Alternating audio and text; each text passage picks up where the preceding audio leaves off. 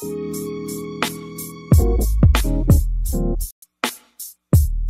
to SuperTalk, a podcast hosted by Hillside Public Schools Superintendent Glover. The goal of SuperTalk is to provide an informative platform where Hillside Public School students, staff, and stakeholders can have a candid conversation with the district superintendent, as well as be spotlighted for their hard work and initiatives.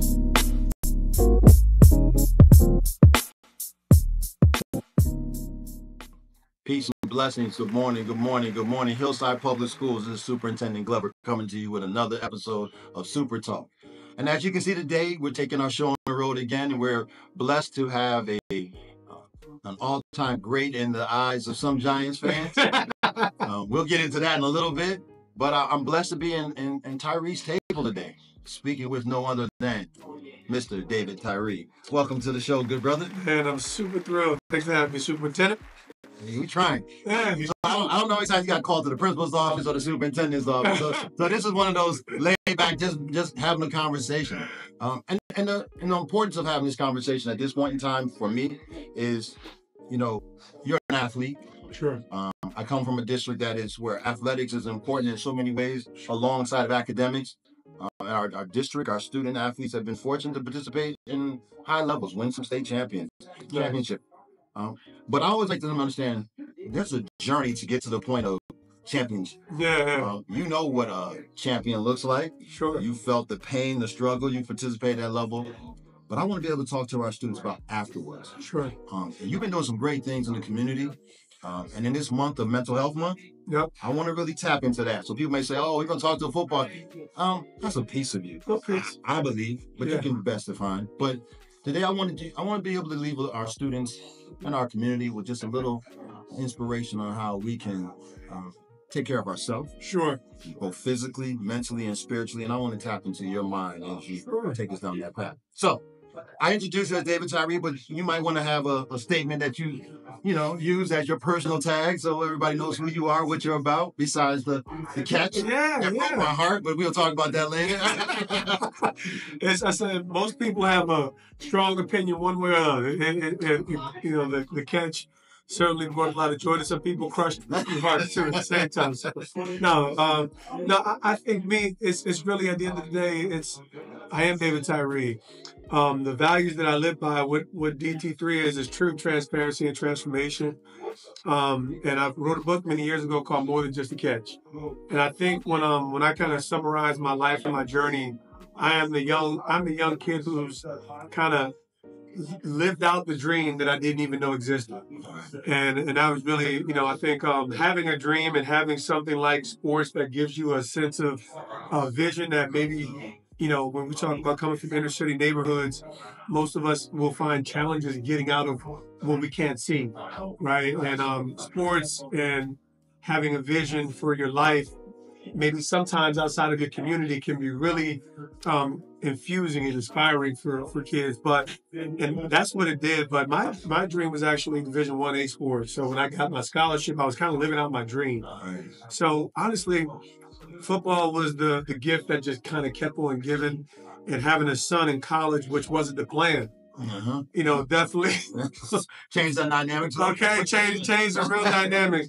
And that kind of gave me the drive to even consider the National Football League, which I wasn't at the time. So, I've lived a dream that keeps on dreaming. And by the grace of God, he had a dream for me that allowed me to realize things that I probably never would have realized if I couldn't come to some sense of sobriety about the man that I would, like to become and that God would have for me to become. So it's been an amazing journey, still figuring so many different areas of life out, but blessed to have tremendous impact to my God, my community, and my family. David, let's talk about college for a second. Yep. Because you had to grow up. Oh. And you just mentioned, right, having a son while you're in college, compete at the highest level, D1. Yeah. University of Syracuse. No doubt. Cute. And orange. You're orange. Always. But talk about what college brought to you that you can tap back into today. Yeah, it really gives you a tremendous sense of awakening in perspective, right? When you're able to get into an environment that people from all different walks of life, right? People who are immensely successful, you start to learn a lot about yourself. You start to learn about those hidden trepidations, those fears, those things that you might appear to be. We typically we kind of will indict things that we're unfamiliar with, whether they're good or bad. Right. So, Right. if you see somebody who's wealthy or successful, that you might jab on them a little bit. So those are hidden little insecurities that you didn't know at the time. But I think what college gives you the opportunity to do is to just embrace those different communities, cultures, class levels, and and hopefully if we're sober enough and we're kind of involved with the growth cycle, then maybe you could actually be inspired by all those differences. So that diversity, the university is a universe of diversity. So I think that's the biggest thing to gain in sports was just like I said, it was that it being a student athlete, it really does ground you because you don't have wasted time or wasted energy. So it's very purposive. Right. And I was certainly the beneficiary of that because I didn't need any extra time because I was trying to throw my life all by myself. You can do that in Syracuse. Yeah. That time, yes. Ben's community, man. Syracuse is a great, amazing school, amazing education, but it's definitely a private school, and there's not much inside the community outside of the university. So, like I said, when you're an inner city kid, you're just kind of looking for what you're trying to get into. And I certainly ran out of high school with all of my vices from alcohol, marijuana, and, women, traditional athlete vices, I would say, traditional human vices, especially coming from the town I grew up in. And kids are, they're dealing with different challenges, different addictions, screen addictions and different. So what was that turning point? Because I think a lot of our, everybody in high school, you sit at the top of the mountain. Yeah. You get that D1 scholarship. You sat at a table. You got that offer. But what was the turning point when you realized these vices, although they may be fun, pleasurable, enjoyable, these vices are not leading me down the path of ultimate success that I know is going to be successful for me. This is a real challenge for so many successful people, right? And that's why we have to redefine success.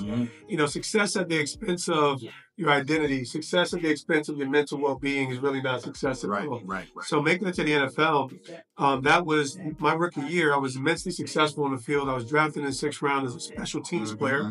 And I don't care what you call me as long as you pay me, right? But at the end of the day, I had kind of overachieved on the field, but my character was being exposed off the field. So I was, by the end of the season, I should have had about $40,000 in fines, but Jim Fossil fined me $10,000, I think. And I'm Essex County kid. My mindset was I'm smoking the best bud. I might as well, put it on the street. So that's exactly what I did. Went and got a pound of Purple Haze. And in the off season, I was selling and smoking. And that was when I got arrested. I think I got arrested with a half a pound coming back from Manhattan or Harlem. And that was the turning point for me in relation to man, when those sirens were on by me, my heart dropped, and I could just hear the ESPN ahead of time. So I think it was a real sense of sobriety about who am I and who do I want to be. And that jail cell all by myself, that was the first time. I wasn't raised in any faith or faith tradition. I just cried out to God. I said, God, all I know is I need you, and if you'd like me to keep my job, I'd appreciate that too. You know what I mean? Get me out of here. I want to still work for Monday morning. Get paid the money. So honestly, it was very authentic, simple prayer. And it kind of it was almost like the dominoes dropping, where things just began to line up. And that was where change and transformation happened to me. My mom invited me to church 2 weeks later. And next thing you know, I walked out of there. I never drank again, never smoked again. I was married 3 months later. I was a completely different human being. But I was also broken. I was aware that I wanted something different and I needed something different. And I think that's usually when God shows up, is when we can kind of come to a sense of sobriety that you actually do need it. And I think, men, it's difficult for men to sojourn to that place where you have to say, hey, man, I need help. And that's all kinds of different forms of help. Yeah. Well, that's the place where you want to be.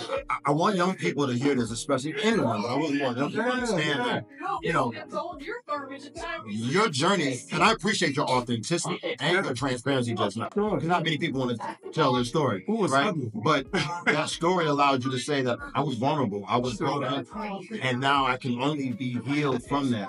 And so many of our young people believe they're sitting at the top. And I keep saying, you're going to be brought down. We all, no matter where you're at, you're going to be brought down. But as an athlete, you're sitting here.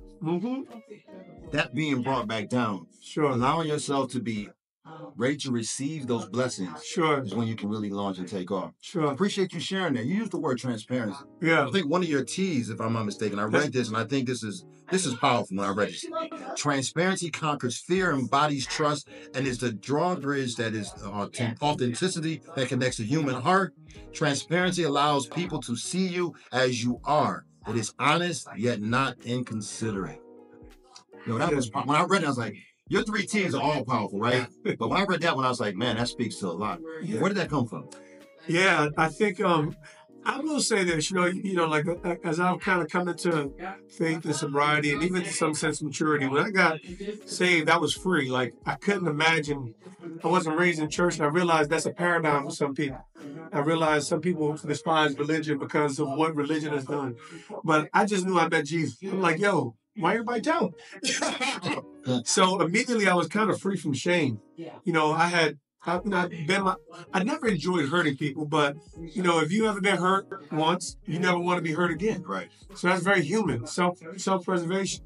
And that's kind of how I became the womanizer. I mean, like I got hurt early. I was like, nobody ever gonna hurt me again. Exactly. So, but coming into that freedom, I was free to share. Like, I mean, I got burnt with chlamydia. I'm like, listen, man, people are going through things. Right. And I realized that when you get free, you realize that could be a drawbridge to somebody else's free. So transparency was something immediately I was willing to share elements of my ugly because I didn't have shame ruling over my heart. Wow. I think that's really what is encapsulating so many people at every level, not just young people at every level. They're still ashamed of, and I said, well, man, I've been free from this. So it's no longer who I am. That's just something that I was. That's something that I did, but it's no longer who I am. So be defined by who you are and be honest about who you are. And I think that gives people a place of connection as well as liberty and freedom. You own your story too, right? No one can. So it's funny you mentioned like that ESPN, they're telling the narrative around your story while you're sitting in the back like her. Yeah. No one knows the depth of why am I here? There you go. Right? I keep telling my students, and this is what I meet other people who have gone through the journey. Like, Superintendent, you don't know. Listen to someone who's gone through it, right? But so many times somebody else is telling your narrative. Somebody else is owning that story for you. Correct. So transparency allows you to say, yo, they can't tell it better than me because I lived it. Yeah, well said. They can't, and obviously being in a position of an influential person, they can't wait to tell your story. And I said, well, that's the power of today is now people can tell their own stories. That wasn't always the case from even when I made the helmet catch. It wasn't the case. You had major platforms. You had, there were gatekeepers, to media, where social media and the internet has broken so much of that down. So I think that's the most powerful thing that we can do. But it does take bravery. It does take honesty. And I think that, darker forces are always trying to keep people insulated, capsulated, isolated, and kind of in these little prison cells where they feel like they're the only ones. The human experience is we're so much alike. And the majority of us are going through 70% of similar challenges. So I think it's just about where do we relate, and then finally you try. I'd be remiss if I didn't, for the brief moment, talk about the catch. I mean, we are here. This is not. I don't ever believe this is what made you famous. I think you were at that moment in time the person who was most athletic, was there to break some hearts. So crush some dreams. I want to talk about the after, right? Because in the moment, as we watch it on TV, I know a lot of your podcasts, you ask the question, where were you? What were you doing, right? What was your internal feeling like you did something, right? That you've been practicing. Like people, that's practice. But what was your feeling? Yeah, I tell people, I said, I mean, like I prepared my whole life for that moment, but I didn't prepare to catch a ball on my head, right? So that's an honesty. I think it was a miracle from God. It was a gift from God. But what was going on? People ask me emotional help. The only word that I can kind of define that is awe. AWE. I was really in awe because I just lost my mom about a month and a half ago. It was really a tumultuous year leading up to that. I mean, like it was the most statistically dry season of my special teams career, receiving career, injuries, loss of mom. So paid the price to get the promise. And so to kind of have it culminate that way with a championship nonetheless, and then to have the role that I had, I was in awe. Personally, I was in awe of God. And it was. You knew there was. I mean, Listen, that's what I say. That's what I know. If you don't believe in God, and then you point in time, you know you believe. That's why I tell you. So listen, man. Listen to my story. Let me just paint the picture. Regardless of what you believe, but just know that you don't have to believe in Christ today. Just know that He exists in light of this story. And I think that's what real witnesses are supposed to be about. I said, I could only impact the people that I'm really like positioned to impact, right? Right. I can't lead an army, a nation of people. I can serve the people in front of me day by day, but I can share my story in a way where hopefully it witnesses to you that there is a God who will give hope, who will give life, who will give love to any human heart. Because that's what I was lacking. And it wasn't until I found that peace that I was able to come into those promises. You are the leader of the league, right? In a space where many student athletes don't get there and stay there. As you transition from, I'm not calling a successful professional career because you were there. Sure. Right? Despite the limelight and the fanfare, you were there. Sure. When you began to transition, when did you realize you wanted to have a greater impact on young people, mental health, and the community? Because you sit on several boards, you do a lot of work in the community. I think that's well chronicled. But when did you say, you know what, my passion now goes beyond just what I did on Sundays and Monday nights? Yeah, I think I think athletes have a true sense of understanding that the influence that they carry is beyond them. You get a sense of it in college and certainly at the professional level when it comes to the community relations and all the opportunities that you can have to inspire. So too much is given, much is required. I think when I kind of came into this new life of this new awakening in Christ, it was really about, man, God's plans are so much greater. Where do I fit in that? And I devoted a lot of energy into, that, just becoming the real thing and pursuing that while also remaining in service. Did my own 501c for a while, still sit on the board of Children of the City, and give as much time as I can outside of my 7 crazy beautiful children. So I think when we start talking about transition, it's really about understanding and owning that position of influence and service to others. And I think that as I've matured, even more so today, being a native son of Essex County in New Jersey, I want to do more now at this stage. I never wanted to take away from the robust responsibilities I had with my family and also in service to God. But there's just more, like there's so much more. And now I'm kind of a little bit more resource driven. Like, okay, where the resources are so that we can amplify the efforts of the people who are continuously, athletes almost like air support. When I say because there's ground level people. That's why I sit on the board of Children of the City. They would do door knocking. They would go into their community and serve their community ferociously. That's the grunt work. I'm a grunt worker at heart. And I think when you attain certain places of influence, you get certain places of access. And I think now, as I'm maturing in my spaces of influence and service and getting back into the community, is I need to be able to get the resources to bring back. So people of tremendous influence, if we can steward it well, we can get the resources that these communities need so that those people who are in the grind day in and day out can understand that they have support. Well said. And we need that, right? Man, big time. And so everybody always goes to the elite of the elite, but it's the real work is the work on the ground. It's the ground work. That's when people are. your faith guides you. Sure. And I can sense and I feel that, and I appreciate people hearing that, especially in this day and time where we don't seem to be as grounded spiritually. But who inspired you? And at what point did you realize I need to listen?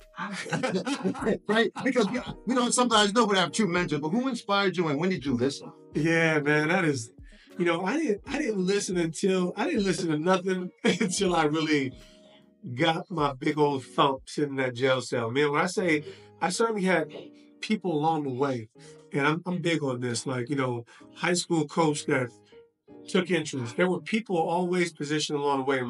My college strength coach is still one of the greatest influences and mentors to this day. He was a wild man too, but he saw me.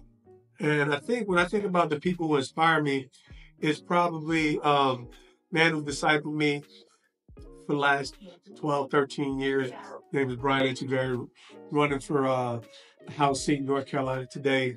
Just a real amazing, dynamic servant.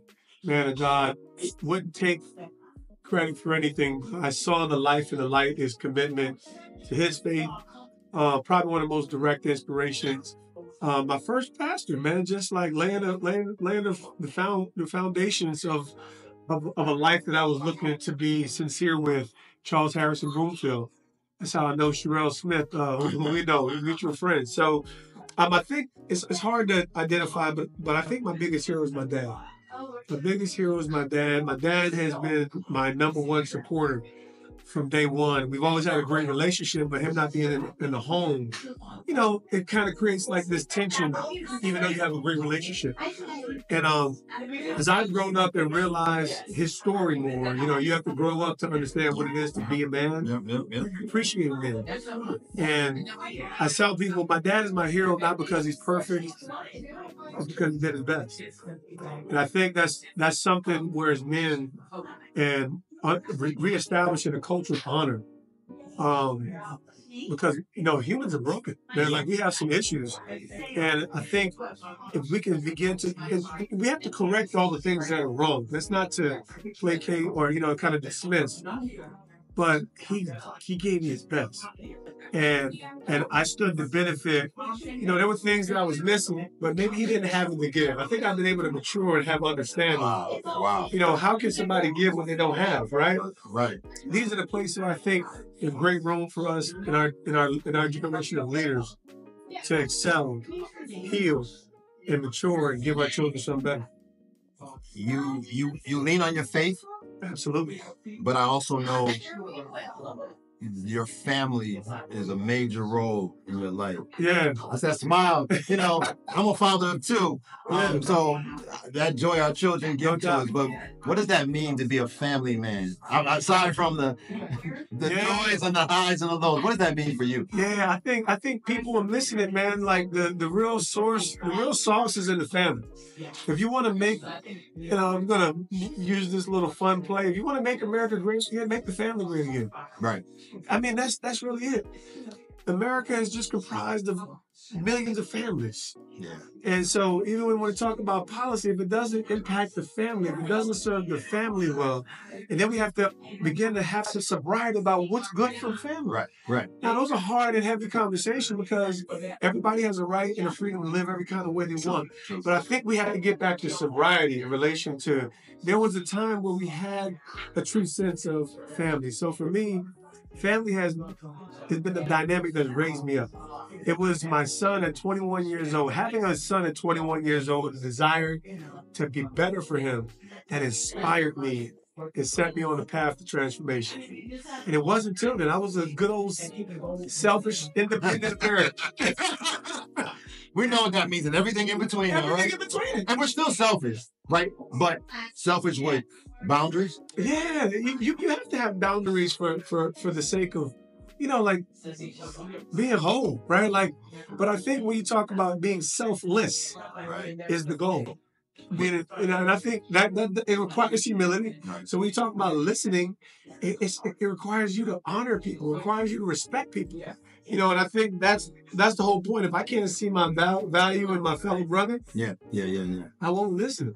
And I think that's what we do. We want to place value on people based on what they've done, not who they are. What have your children said to you that's made you, that's been that, oh shoot. Right. What's been that moment where you've been like, you heard me, Yeah. but it also touched me, right? You know, my children, you know, we've been able to see ourselves through the parenting journey. Have the 7 children, 4 boys, 3 girls. And my oldest son, he's gotten most apologies out of it. Because I said, boy, you got the worst of that. You know? You know, but he's a dynamic young man. He's in the Air Force, he's flourishing, working at IT, wants to continue in cybersecurity. Launching him out was a big emotional drawbridge because I've had amazing, we've homeschooled, we've invested a lot. We made a lot of sacrifices, could have done things a lot of different ways that would have been easier. But I wanted to be intentional about their formation, their character, and putting a premium on who they're becoming, not what they're becoming. And I think we've benefited from that because they come back and they say thank you. And that's all I could ever ask for is you know, now that he's a man, he's out. That real like, yo, dad. It's that conversation. My 19-year-old, he's a year out. He's starting to have it, but he's still at home.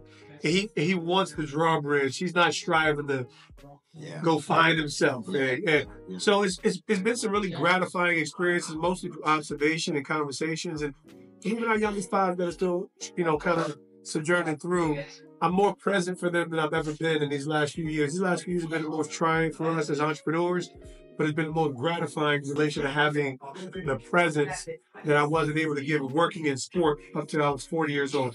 It's like a vacuum kind of experience. It's a great, gratifying ecosystem to work in, but it's like a vacuum, you know? It's like a world, it's like being in the ocean working in sports. You know? You know, you touched upon something, your face, your energy lights up when you talk about your kids.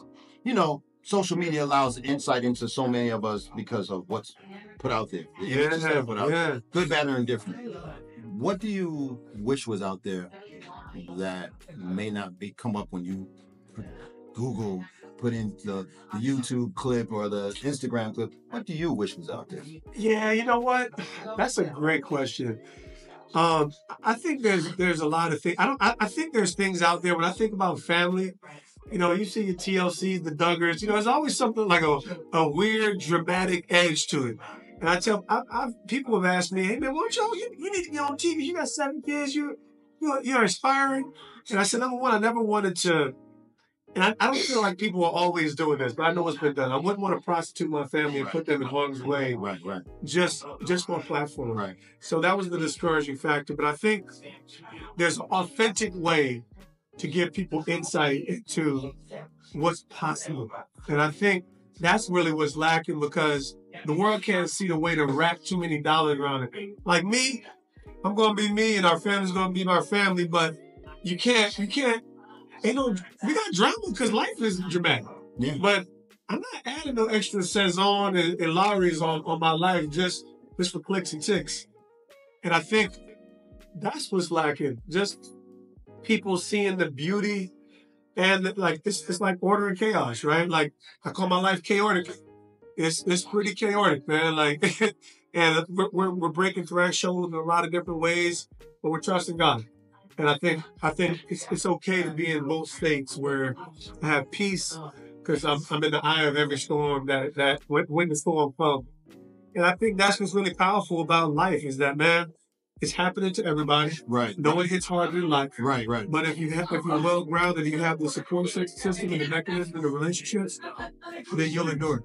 You know, I hope the audience captures that throughout a common theme throughout this conversation has been faith. Yep. It has been family, transparency. But I want folks to recognize you can be cool and be faithful. Oh, no doubt. Right? So I don't think your swag is short because you professional in Christ, right? So, and people need to understand that you can be cool, you can go through your journey, and still be. Yeah, and that's been a journey for me. I mean, like, you know, when you're Essex County kid, we feel like we're the best. Hillside is a union? Is it the borderline? So we sit in union. I know you got right on the edge. Because my aunt lived in Hillside, so I spent a lot of time. But you can jump into New York. Yeah, absolutely. So, and a stone's throw. So what I will say is this, think on like I live holy, I live righteous by God's grace. Not because I'm just this holy roller. But I think it has to be authentic. I don't want to be cool at the expense of my faith either. I don't want to be, like that ain't cool.